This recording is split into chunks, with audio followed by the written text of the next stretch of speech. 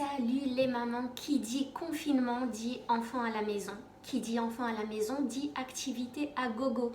Alors si tu n'as pas d'idée, si tu n'as pas d'activité à proposer, si tu peux même pas sortir en acheter, eh ben t'inquiète pas. En fait là je te propose 12 activités que tu peux leur préparer juste avec les moyens du bord en fait. Juste en faisant un petit tour chez toi, comme ça tu peux trouver plein de petits objets que tu peux utiliser, donc recycler pour faire des activités super ludiques qu'en fait les enfants adorent. Alors ces choses-là, ils adorent les faire et tu peux les adapter à plusieurs âges. C'est à toi de t'inspirer et de trouver de nouvelles idées en fait pour challenger ton enfant s'il est plus âgé ou s'il a besoin de plus de défis.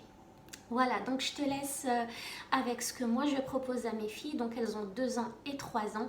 Et n'hésite pas à me laisser des commentaires si tu veux plus de vidéos de ce genre. Voilà. Voilà, donc là vous voyez, c'est une boîte de 12 œufs avec des noix et une cuillère de mesure que j'utilise en cuisine. Et donc là, c'est ma petite de 2 ans qui est en train de transférer les noix à l'aide de la cuillère, donc dans la boîte. Alors, ton enfant, il peut faire ça juste à la main en utilisant le pouce et l'index ou à la cuillère. Ça dépend du niveau de difficulté que tu recherches. Et quand elle termine, eh ben, elle remet à la main dans le petit bol pour que ce soit prêt pour la prochaine personne. Voilà sa grande sœur qui a 3 ans, donc qui s'y met aussi. Et puis elles sont capables de passer de longues minutes sur ce genre d'activité. Elles adorent ça et elles sont fières d'elles quand elles ont réussi. Voilà.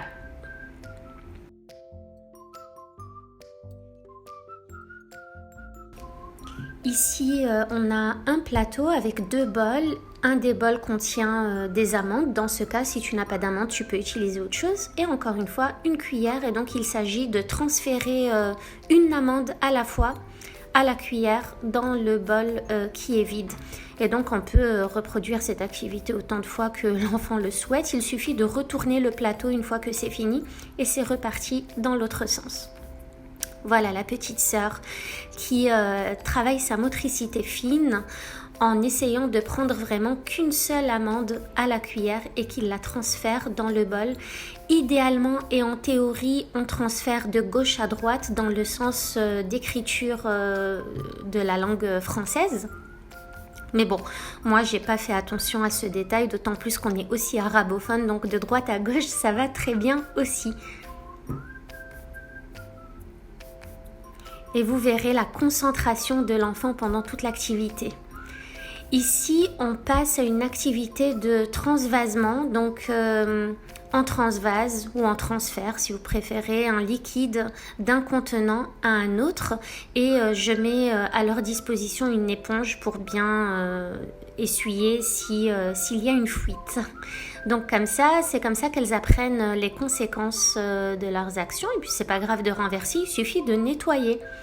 Et voilà, ça demande aussi beaucoup de concentration, ça demande vraiment beaucoup de focus et de bien tenir, donc ça les aide dans la dextérité des mains et puis pour la coordination des yeux et des mains aussi.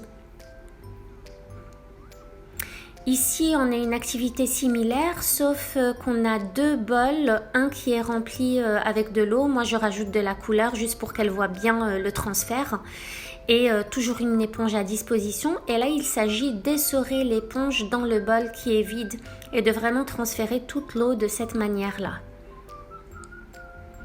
Et là, bien sûr, ça aide à muscler le poignet. Ça va aider à la tenue du crayon aussi. Voilà la petite sœur qui essaye aussi de bien essorer. Elle y met toutes ses forces.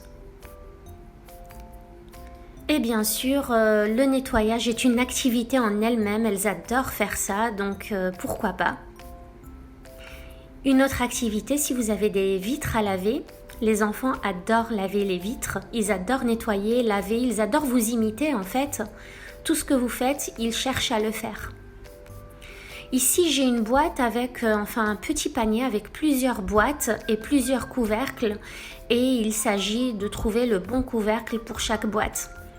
Et encore une fois, le fait de tourner le poignet dans un sens pour bien visser et fermer le couvercle, C'est une activité très importante de motricité fine. Et là, on tourne avec le pouce et l'index pour bien fermer le petit capuchon. Et voilà, et quand on a fini, on remet dans le panier.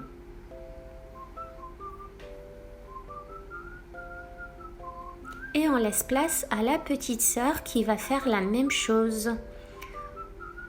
Donc vous voyez ce geste là du poignet, des doigts qui tournent comme pour presser une orange ou un citron. C'est un geste très très important dont ils auront besoin dans la vie de tous les jours. Voilà, c'est vraiment le type d'activité de motricité fine, d'activité de type Montessori que les enfants adorent. Ici, j'ai un petit bol avec des cure-dents et j'ai juste pris une boîte de sel vide. Et il s'agit de mettre les cure-dents dans les petits trous. Donc là, c'est motricité fine. Donc pour attraper les cure-dents, c'est pas facile. Et coordination entre les yeux et les mains. Et la petite sœur qui observe et qui reproduit. Ici, j'ai une boîte de yaourt vide dans laquelle j'ai fait une petite fente au couteau. Et on avait des jetons que mon fils utilisait pour un autre jeu. Et du coup, je les propose à ma petite de 2 ans qui doit juste les mettre dans la fente. Alors là, pareil, hein, vous pouvez travailler les couleurs, vous pouvez travailler les chiffres. Ici, j'ai un bol avec des petits papiers sur lesquels j'ai tracé des lignes différentes, donc différents motifs. Et il va donc s'agir de découper en suivant la ligne. Donc voilà, les deux sont aptes à faire ça. Bien sûr, il faut rester à côté. On ne sait jamais. Mais en général, elles se contentent de faire l'activité. On ne s'amuse pas avec les ciseaux, elles le savent.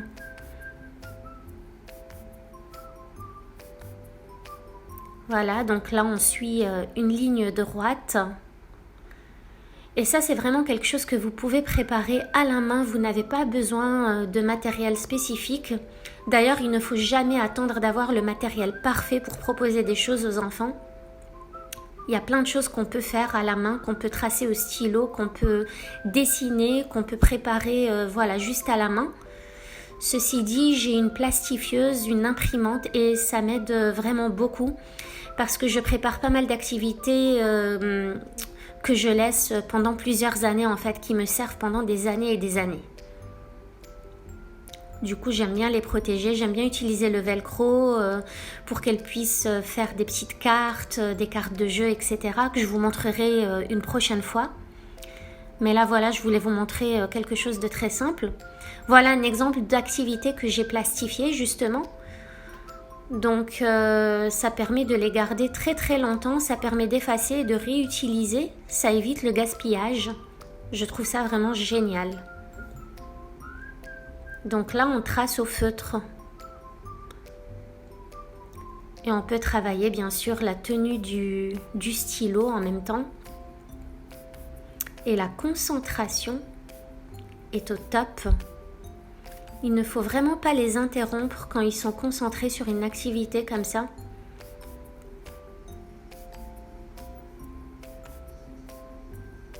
Voilà, ça leur demande pas mal d'efforts, mais ils aiment beaucoup, beaucoup. Et c'est des activités ludiques qui vont leur servir à l'école évidemment, mais aussi dans la vie de tous les jours.